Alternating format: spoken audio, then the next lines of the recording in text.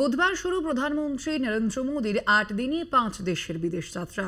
১০ বছরে দীর্ঘতম বিদেশ যাত্রায় ঘানার উদ্দেশ্যে রওনা দিলেন প্রধানমন্ত্রী নরেন্দ্র মোদী। এ বিষয়ে আরো বিস্তারিত জানব।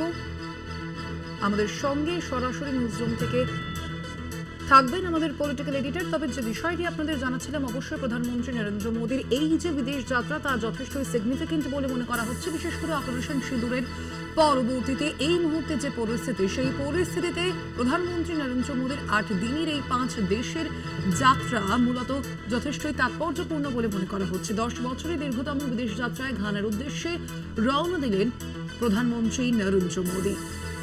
আপনাদের জানিয়ে রাখি, এ বিষয়ে আরো বিস্তারিত জানবো আমরা। আমাদের সঙ্গে এই মুহূর্তে নিউজরুম থেকে রয়েছেন কলকাতা টিভির পলিটিক্যাল এডিটর আশিস চট্টোপাধ্যায়। আশিস দা, নরেন্দ্র মোদীর এই যে বিদেশ যাত্রা, সেই বিদেশ যাত্রা কতটা সিগনিফিকেন্ট, এবং যেখানে আমরা কিছুক্ষণ আগেই আলোচনা করছিলাম যে বিভিন্ন ক্ষেত্রে আমরা দেখতে পাচ্ছি যে বিবৃতি প্রকাশ করা হচ্ছিল তা এসিও বা যে কোনো যে কর্পোরেশনগুলি রয়েছে সেখানে কিন্তু পাকিস্তানের প্রসঙ্গটি উল্লেখ করা হচ্ছে না। সেখানে প্রধানমন্ত্রী নরেন্দ্র মোদীর এই যে বিদেশ যাত্রা তা কতটা সিগনিফিকেন্ট?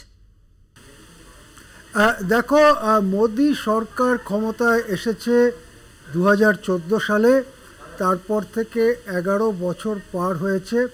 এই 11 বছরে বহুবার বিদেশ সফরে গিয়েছেন নরেন্দ্র মোদি, কিন্তু এবারের এই সফরটি হচ্ছে তার দীর্ঘতম সফর।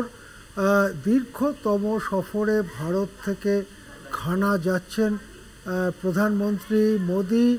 ঘানা সফরের পরে তিনি ৬-৭ জুলাই ব্রাজিলের রিও ডি জেনেইরো শহরে ব্রিক্স সম্মেলনে যোগ দেবেন, যেটি একটি বড় রাষ্ট্র গোষ্ঠী, যাতে চীন, রাশিয়া, ভারত সহ অনেকগুলি দেশ রয়েছে, সাউথ আফ্রিকা, ইরান, অনেকগুলি দেশ রয়েছে। সেই গোষ্ঠীর বৈঠকে যোগ দেবেন।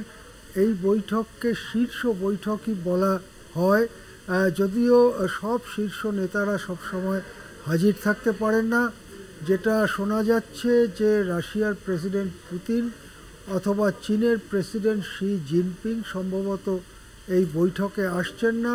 তাদের দেশের অন্য কোনো শীর্ষ রাজনৈতিক নেতা বৈঠকে যোগ দেবেন।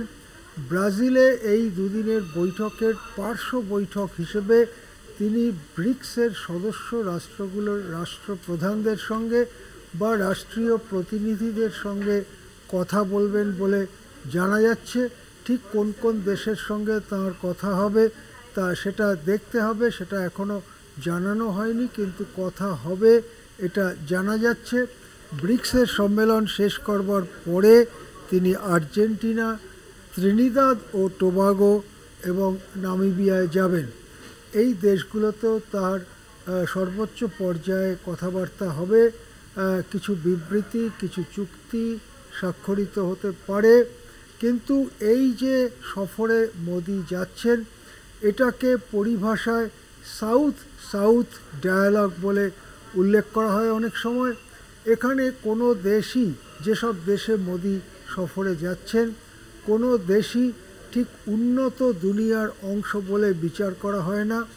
এই দেশগুলো G7 বা সবথেকে বড় যে দেশগুলোর অর্থনৈতিক শক্তি, তারা মিলে যে G7 তৈরি করেছে, আমেরিকার নেতৃত্বে G7 তার সদস্য নয়।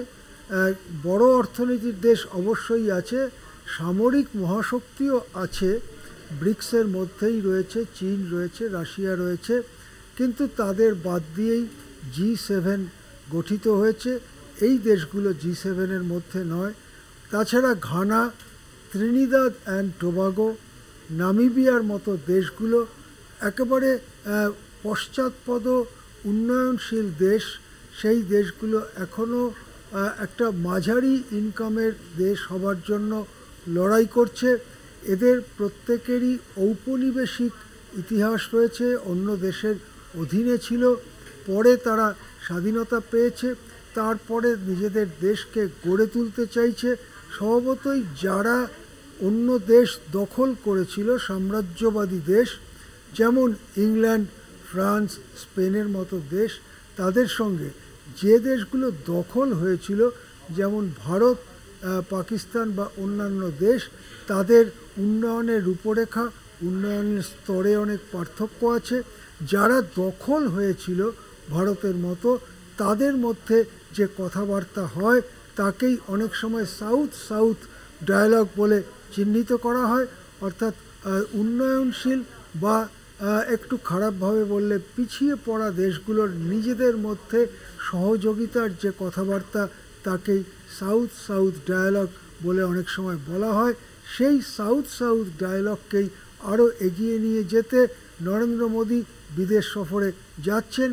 এই সফরে তিনি যখন থাকবেন তখনই কিন্তু ওয়াশিংটনে উত্তেজনাকর মুহূর্ত কাটাচ্ছে ভারতের বাণিজ্যিক প্রতিনিধিরা। তারা চাইবেন 8 জুলাইয়ের মধ্যে আমেরিকার সঙ্গে বাণিজ্য চুক্তির প্রথম পর্বটি সমাধা করতে, তা না হলে 9 জুলাই মধ্যরাত থেকে অতিরিক্ত 26% শুল্ক ভারতের ওপরে চাপবে। সেই লক্ষ্যে রাত দিন কাজ করছেন ভারতীয় বাণিজ্য প্রতিনিধিরা। মোদি যখন বিদেশ সফরে থাকবেন তার যেমন চোখ থাকবে সামনে বসা অপর রাষ্ট্রনায়কের দিকে, কান নিশ্চয়ই থাকবে ওয়াশিংটনে। এখন দেখা যাক কি বাণিজ্য চুক্তি ওয়াশিংটনে হয় আর কি দক্ষিণ দক্ষিণ কথাবার্তা মোদি সারেন। একেবারেই আশিস দা, ধন্যবাদ আপনাকে।